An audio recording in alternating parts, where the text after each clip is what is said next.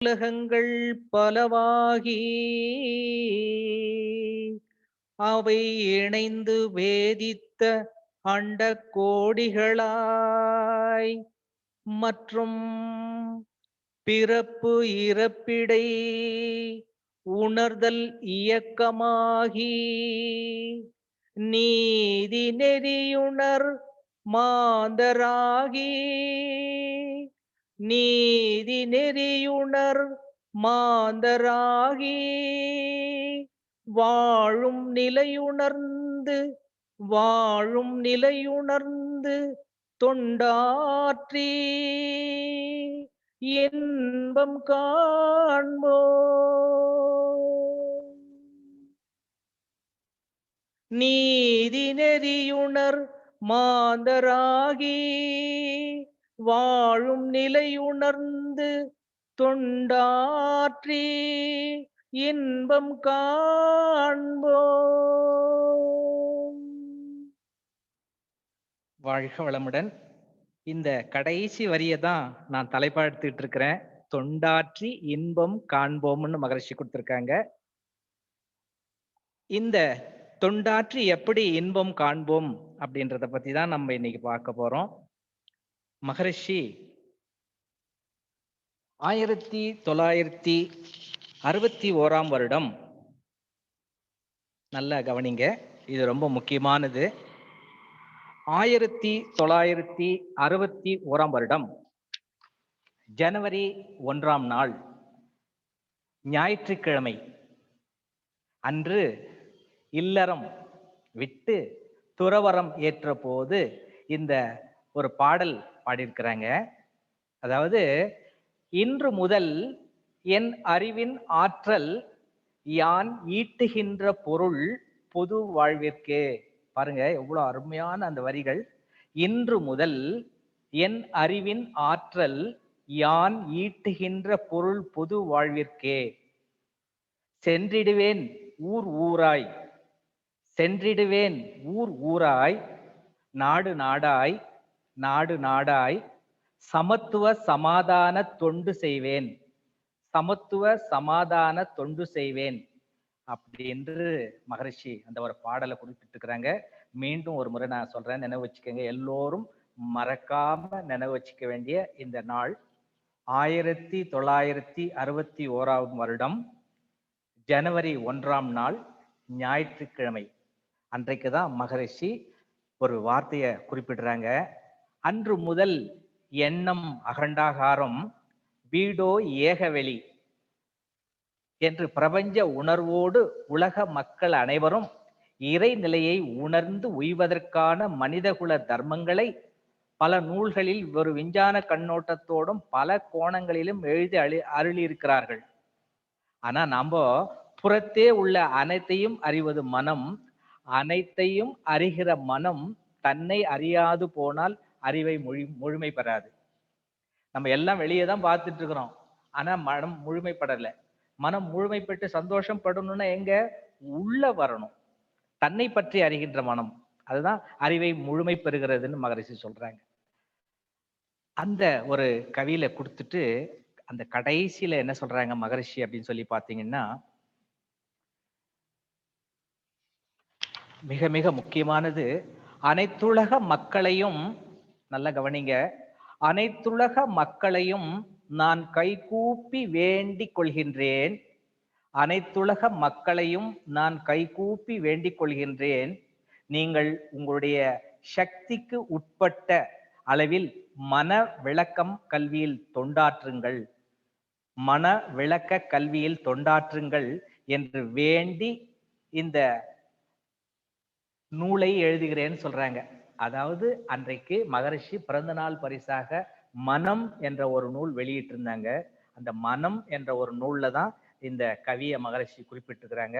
நீங்க எல்லோரும் உங்க கையில இருக்க வேண்டியது இந்த மனம் என்ற ஒரு நூல். கண்டிப்பாக இந்த இணைப்புல இருக்கக்கூடிய அனைவரும் இந்த மனம் என்ற ஒரு நூலை கையில வச்சுக்கோங்க. அதுல மகரிஷி மிக அருமையாக குறிப்பிட்டிருக்கிறாங்க. வாழ்க வளமுடன். இப்ப நம்ம தொண்டை பற்றி பார்க்க போறோம். அப்படி மகரிஷி இதுல ஒரு முக்கியமான ஒரு கருத்து என்னன்னு பாத்தீங்கன்னா, இன்னைக்கு ஜூம் நிகழ்ச்சி நம்ம நடத்திக்கிட்டு இருக்கிறோம்.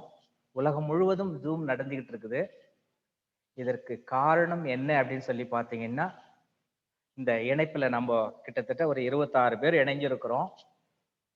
இது நம்ம பைசா கட்டி, பணம் கட்டி தினந்தோறும் இந்த ஜூம் இணைப்பு நடந்துகிட்டு இருக்குது. இதற்கு காரணம் மகரிஷி 1961 வருடம் ஜனவரி 1ஆம் தேதி ஞாயிற்றுக்கிழமை அந்த துறவரம் பூண்டு வெளியே வந்து இல்லைன்னா நம்ம இந்த பாடமும் இல்லை, ஒண்ணுமே இல்லை, ஜூம் இல்லை, எதுவுமே இல்லை. நல்ல சிந்தனை பண்ணி பாருங்க. அப்போ மனவளக்கலை ஒன்று பெயரே இல்லை. மகரிஷி அன்றைக்கு அந்த துறவரம் அப்படின்றத விட அந்த சேவை மனப்பான்மையோடு வெளியே வந்ததுனாலதான், தொண்டு மனப்பான்மையோடு வெளியே வந்ததனால்தான் இன்றைக்கு உலகம் முழுவதும் நாம் தொண்டாற்றி கொண்டிருக்கிறோம். அப்படி ஒரு சிறப்பு நிகழ்ச்சி.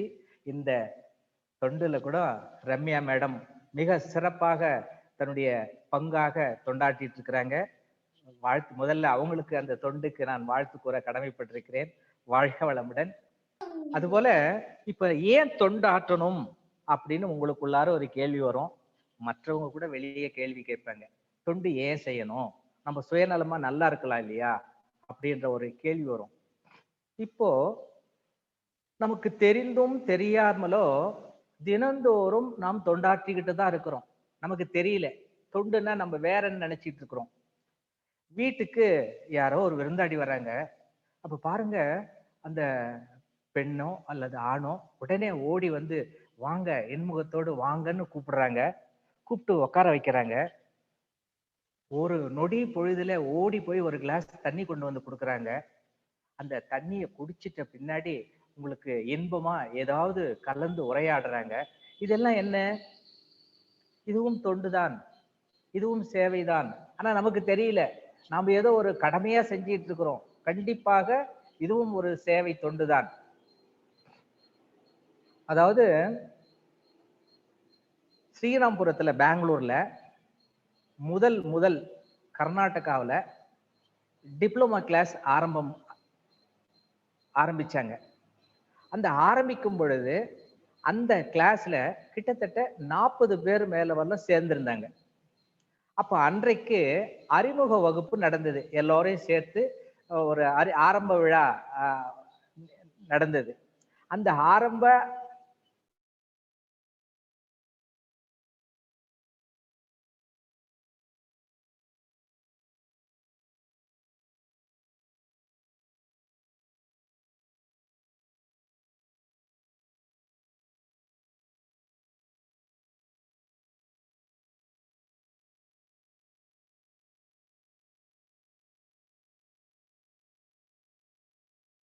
பொழுது ஒரு விஷயம் அவங்களுக்கு சொன்ன நான்.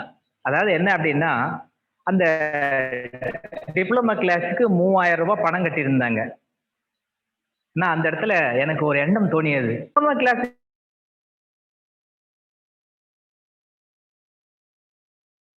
அப்படின்னு சொல்லிட்டு இருந்தாங்க. அந்த இடத்துல நான் ஒரு எங்க வேலைக்கு போகலாம், எவ்வளவு சம்பாதிக்கலாம்னு எல்லாரும் கேள்வி கேட்டு இருந்தாங்க. அந்த இடத்துல நான் சொன்னேன், நீங்க எல்லோரும் 3000 ரூபாய் பணம் கட்டி சேவை செய்ய வந்திருக்கிறீங்க. வருமானம் எதிர்பார்க்காமல் சேவை செய்வதற்காக நீங்க வந்திருக்கிறீங்க. கண்டிப்பாக உங்கள் அனைவரையும் மகரிஷி மனதார பாராட்டி உங்களை வரவேற்பாரு அப்படின்னு சொன்னேன். மறுபடியும் அந்த இடத்துல ஒரு வார்த்தை குறிப்பிட்டேன் நான். எத்தனையோ குடும்பங்கள்ல பணம், கோடிக்கணக்கான பணங்கள் இருக்கிறது, எல்லா வசதிகளும் இருக்கிறது, சந்தோஷம் இருக்கிறதுன்னா சந்தோஷம் இல்லை. அப்போ எல்லாம் இருந்தும் சந்தோஷம் இல்லை அப்படின்னா எந்த பிரயோஜனமும் இல்லை. அப்படிப்பட்ட ஒரு சந்தோஷத்தை கொடுப்பது இந்த மனவளக்கலை மன்றம். அப்ப இந்த மன்றத்துல அனைத்து பயிற்சிகளையும் நீங்க பெற்று நிறைவு செஞ்சிட்டீங்கன்னா அந்த மகிழ்ச்சி கோடிக்கணக்கா, கணக்கே சொல்ல முடியாத ஒரு அந்த மகிழ்ச்சியை கொடுக்கும். ஒரு கணவனும் மனைவியும் ஒரு குடும்பத்துல மகிழ்ச்சியா இருக்கணும்னா இந்த மகரிஷி சொல்லுவாங்க, குடும்பத்துல குடும்ப அமைதியில விட்டு கொடுத்தல், சகிப்புத்தன்மை, தியாகம் பண்றது. இந்த மனவளக்கலையில இந்த டிப்ளமாவில் நீங்க உள்ள நுணுகி எக்ஸாம் எழுதுறீங்க, டெஸ்ட் எழுதுறீங்க, ஒரு வாட்டி காதுல கேட்கிறோம், அடுத்த முறை அசைன்மெண்ட் எழுதுறோம். அந்த மாதிரி ஒரே விஷயத்த 4 முறை, 5 முறை, 6 முறை திரும்பி திரும்பி திரும்பி திரும்ப படிக்கும் பொழுது மனசுல ஆழமாக பதிகிறது. அப்படி ஆழமாக பதியும் பொழுது அது நடைமுறைக்கு வருகிறது. அப்போ டிப்ளமா படிக்கிறதுனால அந்த குடும்பம் அமைதி, அந்த விட்டு கொடுப்பது, சகிப்புத்தன்மை, தியாகம் என்பது அப்படியே இயல்பாக வந்து விடுகிறது. அப்ப அந்த டிப்ளமா கிளாஸ்ல அததான் சொன்னேன். 3000 ரூபாய் கொடுத்துட்டு நீங்க இப்படி ஒரு பெரிய சந்தோஷத்தை அனுபவிக்க போறீங்க. முதல்ல இந்த சந்தோஷம் நீங்க அனுபவிச்சாதான் மற்றவங்களுக்கு சொல்லிக் கொடுக்க முடியும். அதனால அப்படி ஒரு உயர்ந்த ஒரு நோக்கத்தோடு வந்திருக்க உங்கள் அனைவரும் மனதார பாராட்டுகிறேன்னு சொல்லி ஒரு வார்த்தை அந்த இடத்துல வந்தது. அப்படி ஒரு அறிமுக வகுப்புல அத்தனை பேரும் இன்னைக்கு பேராசிரியர்களாக இருக்கிறாங்க. நல்ல சேவை பண்ணிட்டு இருக்கிறாங்க. வாழ்க வளமுடன். அதே போல ஆழியார்ல ஆசிரியர் பயிற்சி நடந்துட்டு இருக்குது. மகரிஷி அப்ப இருக்காங்க ஆழியார்ல. அதான் ஆரம்ப கட்ட ஆசிரியர் பயிற்சியை தேர்ந்தெடுக்கக்கூடிய நேரம். அப்போ எல்லோரும் ஆழியார்ல துணை பேராசிரியர் இதுக்கெல்லாம் பயிற்சி எழுதியிருக்கிறாங்க. இப்போ துணை பேராசிரியர் இருக்குது. அப்போ எல்லாருக்கும் ஒரே ஒரு நிலையா இருந்தது. அப்போ அந்த நேரத்துல எக்ஸாம் எழுதியிருக்கிறாங்க. எழுதுனவங்களுக்கெல்லாம் பரபரப்பு. ஐயோ நான் பாஸ் ஆயிடுவேனா ஃபெயில் ஆயிடுவேனா, பாஸா ஃபெயிலா அப்படின்றத ஒரு ஆதங்கம் இருந்தது. எல்லாரும் எக்ஸாம் எழுதிட்டாங்க. உடனே அந்த பேப்பர் எல்லாம் எடுத்துட்டு போயிட்டு மகரிஷி கிட்ட கொடுத்தாங்க. ஐயா இவங்களுக்கெல்லாம் மார்க் எவ்வளவு போடணும், பாஸ் பண்ணணுமா, என்ன பண்ணணும் அப்படின்னு கேள்வி கேட்டாங்க. உடனே மகரிஷி சொன்னாங்க, இத்தனை பேரும் சேவை செய்வதற்காக வந்திருக்காங்க. அவங்களுக்கு போயிட்டு நீங்க மார்க் போடணும்னு கேக்குறீங்களே, வேண்டவே வேண்டாம். எத்தனை பேர் வந்திருக்கிறாங்களோ அத்தனை பேரும் பாஸ் அப்படின்னு சொல்லிட்டார். அப்படிப்பட்ட ஒரு உயர்ந்த ஒரு குணம் உள்ள ஒரு மகான் தான் நம்முடைய வேதாத்ரி மகரிஷி. அப்போ அந்த சேவை என்ற கூடிய அந்த விளக்கம் எப்படி வருகிறதுன்னு சொல்லும்போது பாத்தீங்கன்னா, நாம் எல்லோரும் அந்த சேவை உணர்வோடு தான் தொண்டாட்டிட்டு இருக்கிறோம். அதுதான் மகரிஷி சொல்றாங்க.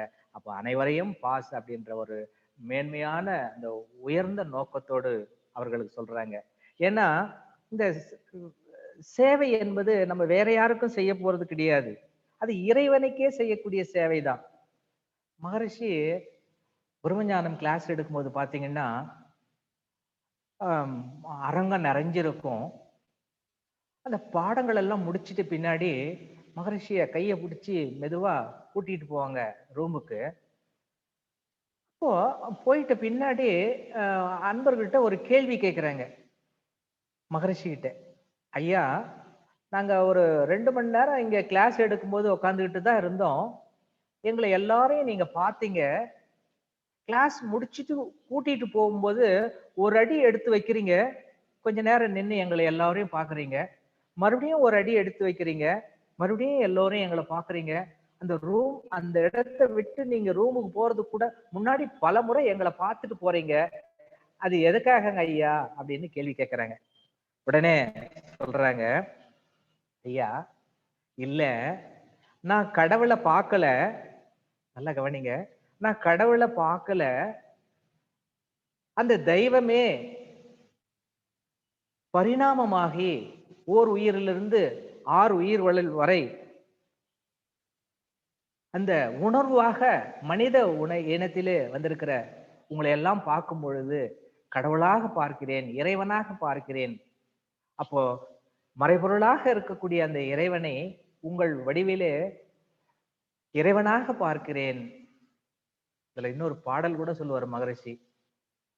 இந்த பிரபஞ்சம் என்ற நந்தவனத்தில் இறுதியாய் பூத்த மலர் மனிதன்னு சொல்லுவாங்க. அப்போ அந்த தெய்வமே இப்படி மனித உருவத்தில் வந்திருக்கிறது அப்படின்னு சொல்லுவாங்க. இன்னும் ஒரு சிலர் கூட சொல்ல பாத்தீங்கன்னா நடமாடும் தெய்வங்கள் அப்படின்னு குறிப்பிடுவாங்க. அப்படி மகரிஷி சொல்றாங்க, அந்த உங்களை எல்லோரும் நான் இறைவனாகவே பார்க்கிறேன், பாவிக்கிறேன் அப்படின்னு சொல்றாங்க. அதுபோல அப்போ நாம் இப்போ சேவை யாருக்கு செய்யறோம்? இறைவனுக்கே செய்கிறேன் என்ற உணர்வு வரணும். 2-3 நாளுக்கு முன்னாடி எல்லாம் நம்ம ஜூம்ல வெறும் இறைவனை பத்தி தான், கடவுளை காணலாம், இறைவனை உணரலாம் என்ற ஒரு தலைப்புல எல்லாம் பார்த்தோம். அப்போ அந்த தலைப்பு எல்லாம் நமக்கு எதை குறிப்பிடுகிறது அப்படின்னு சொல்லி பார்த்தீங்கன்னா, கீதையில சொன்ன மாதிரி எவன் ஒருவன் எல்லா ஜீவராசிகளிலும் என்னை காண வல்லவனோ அவர்களை விட்டு நான் விலகுவதில்லை, அவர்கள் என்னை விட்டு விலகுவதில்லை என்ற ஒரு அற்புதமான வாக்கியத்தை பார்க்கிறோம். அதே நோக்கத்துலதான் இப்ப நம்ம ஏன் தொண்டாற்றணும் அப்படின்னு பாத்தீங்கன்னா, எல்லோரும் அந்த இறைவனுடைய அம்சம் அப்படின்ற ஒரு உயர்வான ஒரு விளக்கம் வந்துருச்சுன்னா கண்டிப்பாக நாம் அந்த சேவை செய்வதற்கு மனம் தானாக வந்துடும். இன்னும் நமக்குள்ளார அந்த சேவை மனம் ஊற்றெடுத்து பெருகுகிறது. எப்படின்னு பாத்தீங்கன்னா, ஒரு விலங்கினங்களை பார்க்கலாம். நம்ம ஒரு குட்டி போட்டிருக்கோம். அந்த குட்டி போட்ட உடனே அந்த மடியில பால் சுரந்துடும். பாருங்க, இயற்கை, அந்த தெய்வம் எப்படி ஒரு அற்புதத்தை படைச்சிருக்கிறது. அப்போ அந்த குழந்தை வெளியே கண்ணுக்குட்டி வெளியே வர வரலும் பால் இல்ல. அந்த குழந்தை வந்துட்டு அந்த ஒரு நொடியிலே பால் தயாராயிடுது. நல்லா சிந்திங்க இந்த இடத்துல.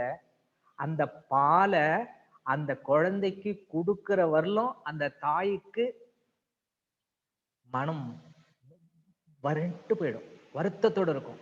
எப்போ அந்த மடியிலிருந்து அந்த பால் முழுவதும் கொடுத்துட்டு நிறைவா இருக்குதோ அப்பதான் ஒரு மகிழ்ச்சி. இதுதான் ஒரு சேவை. அப்போ இது போல ஒரு தாய்மார்கள் கூட பாருங்க, நீங்க எல்லாம் கேள்விப்பட்டிருப்பீங்க. இணைப்புல இருக்கிற தாய்மார்களுக்கு கூட தெரியும். குழந்தைங்க பால் குடிக்கலன்னா பால் கட்டிக்கும்னு சொல்லுவாங்க. பால் கட்டிக்கிறது மட்டும் கிடையாது, வலிக்குதுன்னு சொல்லுவாங்க. நிறைய பேர் அந்த பாலை கீழே கறந்து கூட விட்டுருவாங்க. காரணம் என்னன்னா, அந்த பாலை நம்ம கொடுக்கலன்னா நமக்கு உடலே பாதிக்கிறது.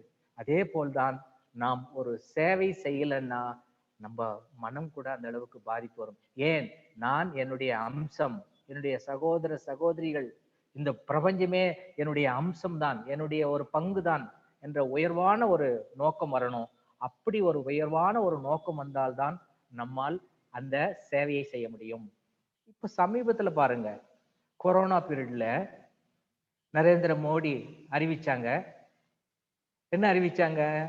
அந்த ஒரு நாள் இரவுல எல்லோரும் கைத்தட்டி விளக்கேற்றி இந்த சேவை செய்யக்கூடியவரை உயிர் போது பயம் இருந்த ஒரு தொட்டா ஒட்டிக்கிற கூடிய ஒரு நோய் அப்படின்ற ஒரு பாதிப்புல இருக்கக்கூடிய நேரத்துல எத்தனை பேர் சேவை செய்தாங்க.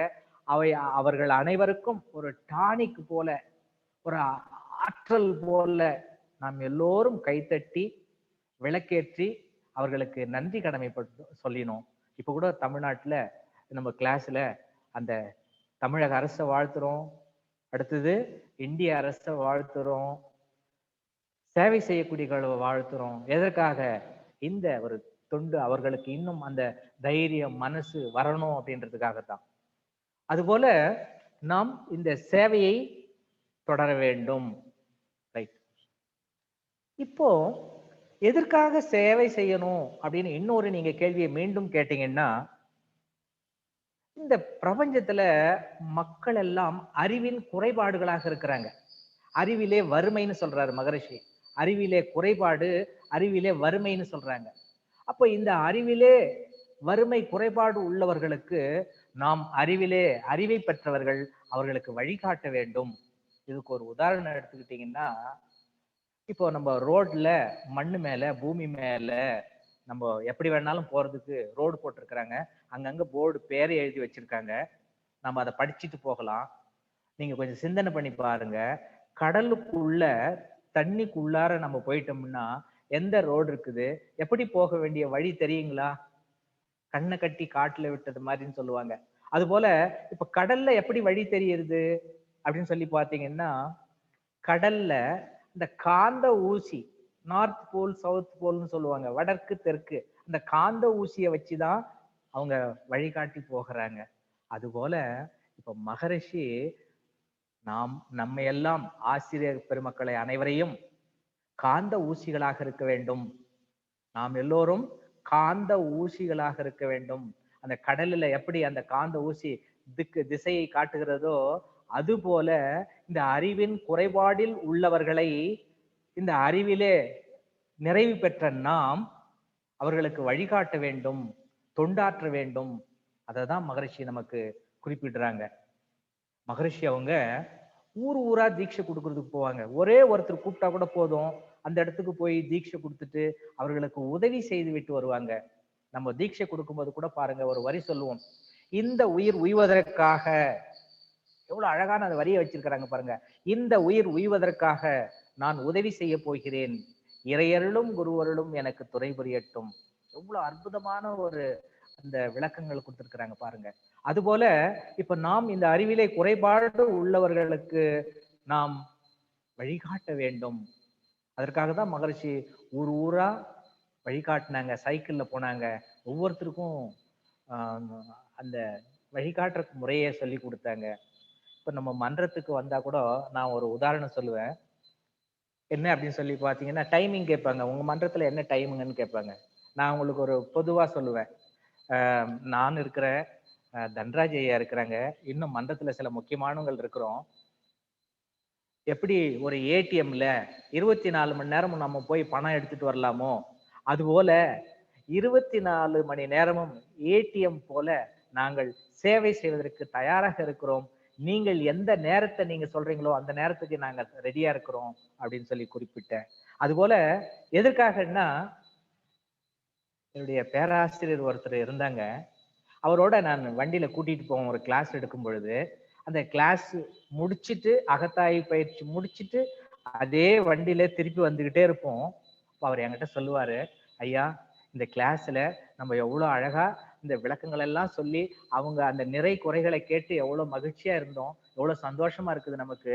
இதே இந்த நேரத்தை பயனில்லாத ஒரு டிவிக்கு முன்னாடி ஒரு கிரிக்கெட்டோ அல்லது ஒரு சீரியலோ பார்த்துட்டு அது அழுந்தா நான் அழுவணும், நான் அழுதா அது அழுவணும், இந்த மாதிரி ஒரு மனம் கெட்ட நிலையில இருப்பதை விட இப்படி ஒரு ஒரு பயிற்சியை கொடுத்து அந்த நிறைவு கண்ணை மூடிட்டு நம்ம படுக்கும் பொழுது அந்த பயிற்சி செய்த அனைவரும் கண்ணு முன்னால வந்து எந்த அளவுக்கு ஒரு மனம் மகிழ்ச்சியா இருக்குது அப்படின்னு சொல்லி சொன்னாங்க அந்த பேராசிரியர்.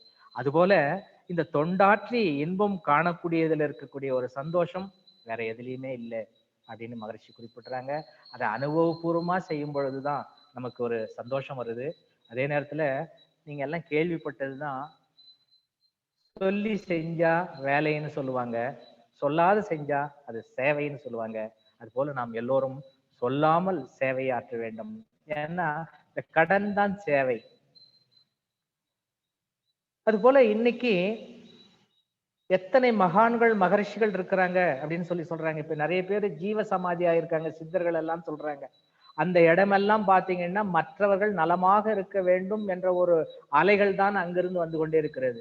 அப்போ அந்த மகான்கள் மகரிஷிகள் அனைவருமே எல்லோரும் நலமாக இருக்க வேண்டும் என்ற உயர்ந்த ஒரு நோக்கம்தான். இதை சொல்லும் பொழுது எனக்கு ஒரு நினைவு வருது. நம்முடைய மகான் மகரிஷி ஆரம்ப காலகட்டத்துல ஒரு மன்றத்துல கிளாஸ் நடந்துகிட்டு இருக்குது. அந்த கிளாஸ் ஒரு வாரத்துக்கு முன்னாடி ஒருத்தர் உடல் பாதிப்போட, ரொம்ப அதிகமான பாதிப்போடு வந்திருந்தாங்க. அவங்களுக்கு உடற்பயிற்சி எல்லாம் சொல்லி கொடுத்தாங்க.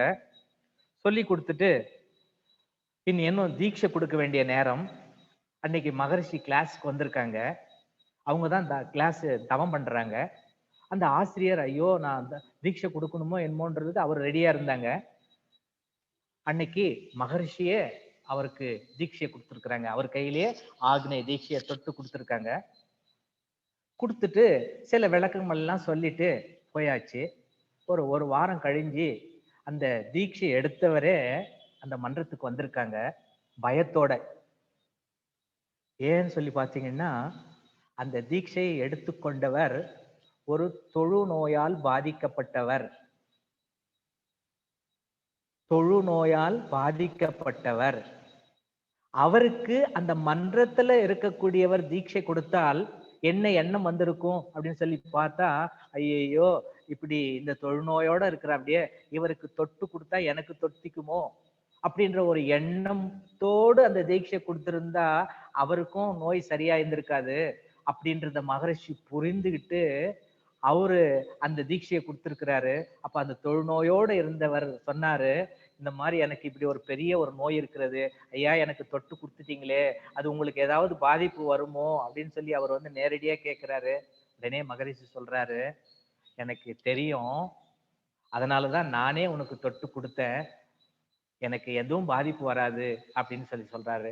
அப்படி ஒரு தொழுநோயோடு இருந்தவர்களை கூட தொட்டு அவர்கள் உயிர் உய்வதற்கு உதவி செய்யக்கூடிய ஒரு உயர்ந்த ஒரு நோக்கத்தோடு கொடுத்த நம்ம மகான் தான். அப்படிப்பட்டவர் தான். அப்ப சிறிகாலம் ஆயிட்டு பின்னாடி அவரும் நல்ல ஆரோக்கியத்தோட அந்த மனசு அந்த எப்படி மகரிஷி சொன்னாரோ அப்படி அவரும் ஆரோக்கியமாயிட்டு நல்ல ஒரு நிலையை வந்துட்டாரு. நீங்க சேவைன்னு சொல்லும் பொழுது ஒரு டெல்லியில நடந்த நிகழ்ச்சி உங்களுக்கு தெரியும். மதர் தெரேசா அவர்கள் கூட சேவை செஞ்சிருக்கிறாங்க. அப்படி ஏன்னா நம்ம நிறைய மதர் தெரேசாவை பத்தி தான் பேசிட்டு இருக்கிறோம். இந்த மாதிரி தொழுநோயில் இருந்தவர் கூட அவர் கொடுத்தாங்க அப்படின்னு. அதே மாதிரி நம்முடைய மகான் மகரிஷி கூட அந்த தொழுநோயில் உள்ளவருக்கு தொட்டு தீட்சை கொடுத்து தானே அவர் நல்ல நலம் பெற்று நல்ல நிலைக்கு வந்திருக்கிறாங்க. அப்படிப்பட்ட ஒரு சேவையை தான் மகரிஷி நமக்கு சொல்லி கொடுத்துருக்காங்க. அவரும் செஞ்சிருக்கிறாரு. அப்படிப்பட்ட ஒரு சேவை மனப்பான்மையோடு தான் நாம் எல்லாம் வாழ்ந்துட்டு இருக்கிறோம். அதனாலதான் மகரிஷி அவங்க இந்த சேவை மனப்பான்மையை பத்தி சொல்றாங்க. கடைசியா நான் ஒரு சின்ன ஒரு விளக்கத்தை சொல்லிட்டு முடிச்சுக்கிறேன். வாழ்க வளமுடன். அதாவது இப்போ இந்த லாக்டவுன் பீரியட்ல கொஞ்ச நாளைக்கு முன்னாடி என்னுடைய மருமகன், என்னுடைய மகளுடைய கணவன் மருமகன், அவங்களுடைய தாயார் ஒரு 4 ஆண்டுகளுக்கு முன்னாடி இறந்துட்டாங்க. அவங்களுக்கு அண்ணன் தம்பி 2 பேரு. அந்த சொத்து பாகத்துக்காக 2 பேரும் கேஸ் வரலும் போயிட்டாங்க. கோர்ட் வரலும் போயாச்சு.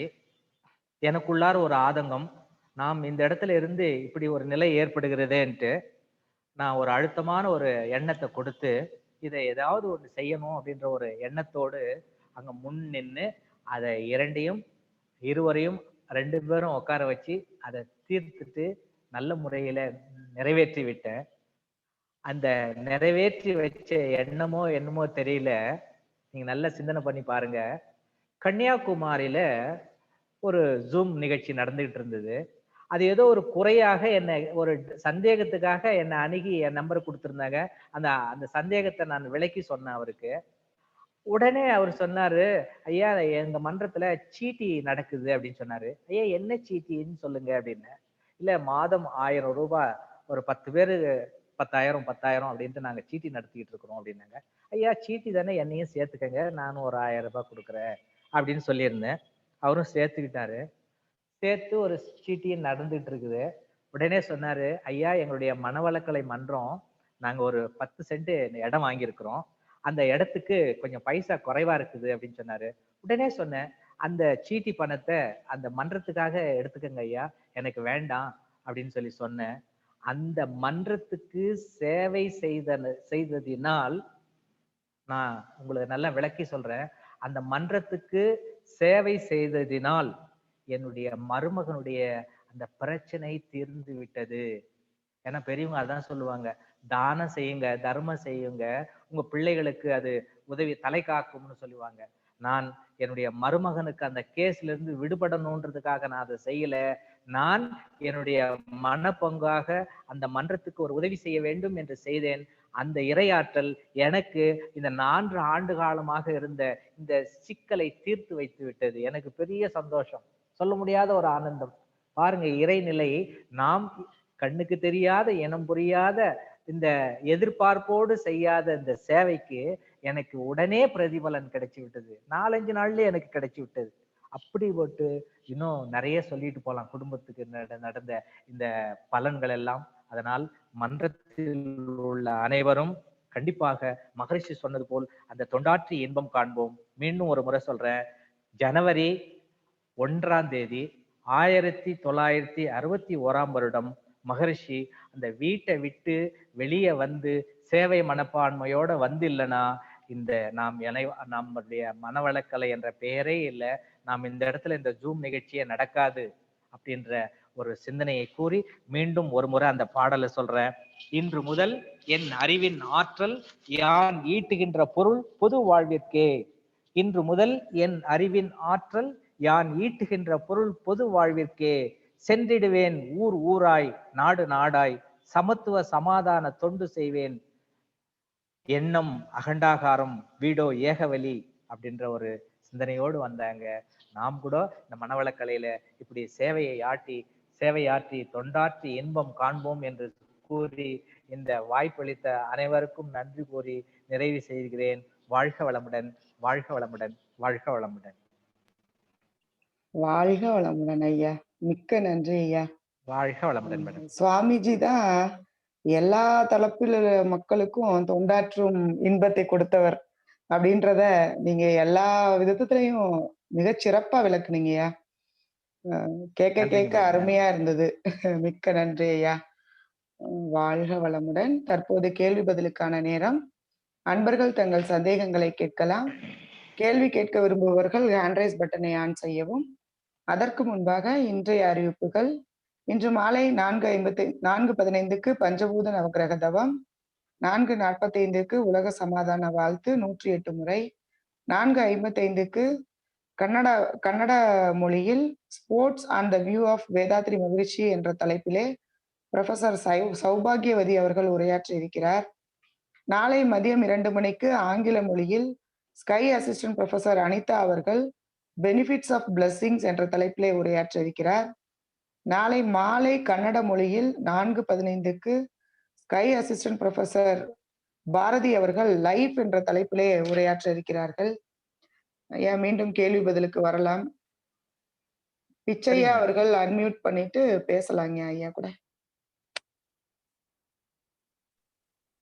வாழ்க வளமுடன். வாழ்க வளமுடன் ஐயா. அருமையா இருந்தது. கொண்டு செய்தால் கொண்டு வந்த பாவம் விலகும். மகர்ஷி அவர்கள் அடிக்கடி சொல்றாங்க, நீங்க ஒரு ஆளுக்கு தொழுநோய் இருந்தவருக்கு மகர்ஷி அவர்கள் தீட்சை கொடுத்தாருன்னு சொன்னீங்கல்ல. எங்க மண்டத்துல ஒருத்தருக்கு வந்து செரிபிரல் ஹெமர் அவருக்கு வந்து பிரெயின் டியூமர், அதாவது மூளையில புற்றுநோய். சரிங்க. அவருக்கு வந்து டேஸ் ஆர் நம்பர்டு அப்படின்னு சொல்லி, அதாவது உங்கள் வாழ்நாள் எண்ணப்படுகிறது, சீக்கிரத்துல இறந்து போயிருன்னு சொல்லி டாக்டர் மேக்சிமம் நம்ம மருந்து கொடுத்தாச்சு முடிஞ்சது அப்படின்னு சொல்லி அனுப்பிச்சு வச்சிட்டாரு. மாணிக்கவாசம்னு பேர் அவர் பேரு. இப்போ அவருக்கு வந்து ஒரு ப்ரொஃபசர் உங்களை மாதிரி நல்லா சேவை செய்யக்கூடியவர் வந்து காலேஜ்ல ப்ரொஃபஸரா, தமிழ் ப்ரொஃபஸரா வந்து ரிட்டையர் ஆனவர். அவருக்கு தீட்சை கொடுத்தாரு. முதல்ல அவருக்கு வரும்போது வந்து எல்லோ டிசீஸ், அதாவது ஜாண்டிஸ் இருந்தது. இதை மட்டும் குணப்படுத்திட்டு வாங்க அப்படின்னு சொன்னாங்க. குணப்படுத்தி வந்தாரு. அவருக்கு தீட்சை கொடுத்தாச்சு. துரிய தீட்சை கொடுத்த பிறகு மெலட்டோனின் செரட்டோனின் சுரக்க ஆரம்பிச்ச பிறகு அவருக்கு பிரெயின் டியூமர் கம்ப்ளீட்டா வேனிஷ் ஆயிடுது. பெரிய மிராக்கிள் என்னன்னா அவர் இப்பவும் நல்லா இருக்காரு சார். அதாவது தீட்சை நம்ம தொண்டு செய்யும் போது குருவை நினைச்சுதான் நம்ம கொடுக்குறோம். கண்டிப்பா நமக்கு வந்து எந்த பாவப்பதியும் வரப்போறது இல்லை. ஒருத்தரை தொட்டு தீட்சை கொடுக்கும்போது வந்து அவர்கிட்ட இருக்கக்கூடிய நோய் நமக்கு வந்துடாதுங்கிற ஒரு நம்பிக்கைக்கு சொல்லுவாரு. யாருன்னு கேட்டீங்கன்னா, தீட்சை கொடுப்பது நாம இல்லை, நம்ம ஒரு கருவி. தான் பார்த்துட்டோம். சேவை செய்யும் போது நமக்கும் பல நன்மைகள் வரும். அதே மாதிரி ஒரு மகர்ஷி பார்த்து ஆசிரியர் பயிற்சிக்கு போயிருந்த ஒரு அன்பருக்கு நடந்த ஒரு இது. அவரு கவர்மெண்ட் ஆபீஸ்ல ஒர்க் பண்றாரு. அவரு மகர்ஷிட்ட போய் பார்த்துட்டு கடைசியில குரு காணிக்கை எல்லாம் கொடுத்துட்டு வந்துருக்காரு. ஒரு தன்கிட்ட ஒரு 4000-5000 ரூபாய் பணம் இருந்தது. போக்குவரத்து செலவுக்கு மட்டும் வச்சுட்டு மிச்ச பணத்தை போற அங்க மகர்ஷியோட குரு காணிக்கையில போட்டு வந்துட்டாராம். நடந்த சம்பவம். அவருக்கு வீட்டுக்கு வந்திருக்காரு. வீட்டுக்கு வந்த பிறகு பார்த்தாச்சுன்னா அவருக்கு ரொம்ப நாளா வர வேண்டிய ஒரு அரியஸ் லட்சக்கணக்கான ரூபாய் வந்துருக்கு. அது மாதிரி நம்ம ஒரு வகையில கொடுத்தோம்னா அது வேற வகையில நமக்கு பல மடங்கா வருது. கண்டிப்பாங்க ஐயா, கண்டிப்பாங்க. இல்ல நாங்க வெளியே சொல்றதை விட நானே உதாரணம், அதுதான் நான் சொல்ல வரேன். இன்னொருத்தர் சொல்றதுக்கு பதிலா என் வாழ்க்கையில் நடந்த உதாரணம் தான். நல்லதுங்க ஐயா. வாழ்க வளமுடன். ரொம்ப நன்றி ஐயா. எனக்கு வாழ்த்து கொடுத்தது. வாழ்க வளமுடன். வாழ்க வளமுடன். வாழ்க வளமுடன்.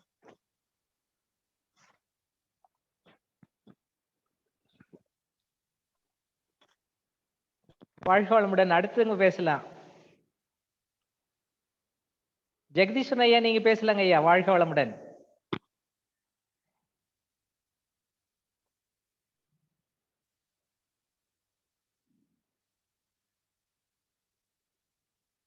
ஐயா ரங்கநாதன் ஐயா நீங்க பேசலாம். வாழ்க வளமுடன். ஐயா வாழ்க வளமுடன். வாழ்க வளமுடன் ஐயா. இன்னும் நல்லா பூஸ்ட் பண்ணி விட்டுட்டுங்க. நல்ல தொண்டு செய்யணும்னு நல்ல உதாரணங்களை கொடுத்து. வேற எதுவுமே இல்ல, தொண்டு விட்டா வேற எதுவுமே இல்ல. செஞ்சிட்டு இருக்கோம். இருந்தாலும் உங்களுடைய பூஸ்டிங்கு, சுவாமிஜியுடைய உதாரணங்கள் எல்லாம் எங்களை இன்னும் இதுல இருந்து சோக நிலையில இருந்து இன்னும் நல்ல பூஸ்ட் கொடுத்து நீங்க எழுப்பி வச்சுட்டீங்க. வாழ்க வளமுடன். வாழ்க வளமுடன். நன்றிங்க ஐயா. வாழ்க வளமுடன். ஐயா வாழ்க வளமுடன் ஐயா. வாழ்க வளமுடன் மேடம். அறிவு தொண்டாற்றி இன்பம் காண்போம், அந்த பேரின்ப நிலையில் அமைதி பெறுவோம் என்று இன்று நிகழ்ச்சிகளை நிறைவு செய்ய காத்திருக்கிறோம். நிகழ்ச்சிகளை நிறைவு செய்வதற்கு முன்பாக தொண்டாற்றி இன்பம் காண்போம் என்ற தலைப்பிலே உரையாற்றிய ஸ்கை ப்ரொஃபசர் நாகராஜ் ஐயா அவர்களை மன்ற முறைப்படி வாழ்த்த கடமைப்பட்டுள்ளோம். அனைவரும் துரிய நிலைக்கு வந்துவிடலாம். தவம் மற்றும் சிறப்புரையாற்றிய ஸ்கை ப்ரொஃபசர் நாகராஜ் ஐயா அவர்கள் வாழ்க வளமுடன். அவர்தம் உடல் நலம் வாழ்க வளமுடன். அவர்தம் அன்பு குடும்பம் வாழ்க வளமுடன். அவர்தம் ஆன்மீக தொண்டு வாழ்க வளமுடன். இன்றைய ஆத்ம சங்கம நிகழ்ச்சிக்காக இணைப்பில் இணைந்துள்ள அனைத்து மனவளக்கலை அன்பர்களும் அவர்களின் குடும்பங்களும் வாழ்க வளமுடன். கர்நாடக மாநிலத்தில் உள்ள அனைத்து மனவளக்கலை மன்றங்கள், அவற்றின் பொறுப்பாளர்கள், அவர்களின் குடும்பங்கள் வாழ்க வளமுடன். இந்நிகழ்ச்சி நடைபெற உறுதுணையாக இருக்கின்ற உலக சமுதாய சேவா சங்கம் கர்நாடக மண்டலத்தின் தலைவர் அவர்கள் வாழ்க வளமுடன். உலக சமுதாய சேவா சங்கம் கர்நாடக மண்டலத்தின் ஸ்மார்ட் துணைத் தலைவர் அவர்கள் வாழ்க வளமுடன். உங்களிடமிருந்து விடைபெறும் முன்பாக உலக நல வாழ்த்து. நாளை மீண்டும் 2 மணிக்கு இறையோடு இணையலாம். வாழுங்கள். வாழ்க வளமுடன். வாழ்க வளமுடன் மேடம். அனைவரும் இந்த வினாடியிலிருந்து தொண்டாற்றி இன்பம் காண்போம் என்ற ஒரு நிறைவை மனசுல ஒரு சங்கல்பமா எடுத்துக்கிட்டோம். வாழ்க வளமுடன். அனைவருக்கும் உடல் நலம், நீண்டாயுள், நிறை செல்வம், உயர்ப்புகள், மெய்ஞானம் ஓங்கி வாழ்வோம் என்று வாழ்த்து இந்த சிந்தனை நிறைவு செய்வோம். வாழ்க வளமுடன். வாழ்க வளமுடன் ஐயா. நன்றி.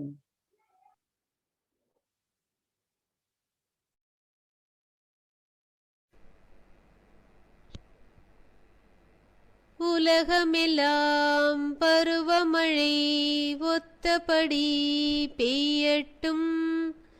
உழவரெல்லாம் தானியத்தை உவப்புடனே பெருக்கட்டும். பல தொழில்கள் புரிகின்ற பாட்டாளி உயரட்டும். பகுத்துணர்வில் தொகுத்துணர்வு பண்பாட்டை உயர்த்தட்டும். கலகங்கள் போட்டி பகை கடந்தாட்சி நடக்கட்டும்.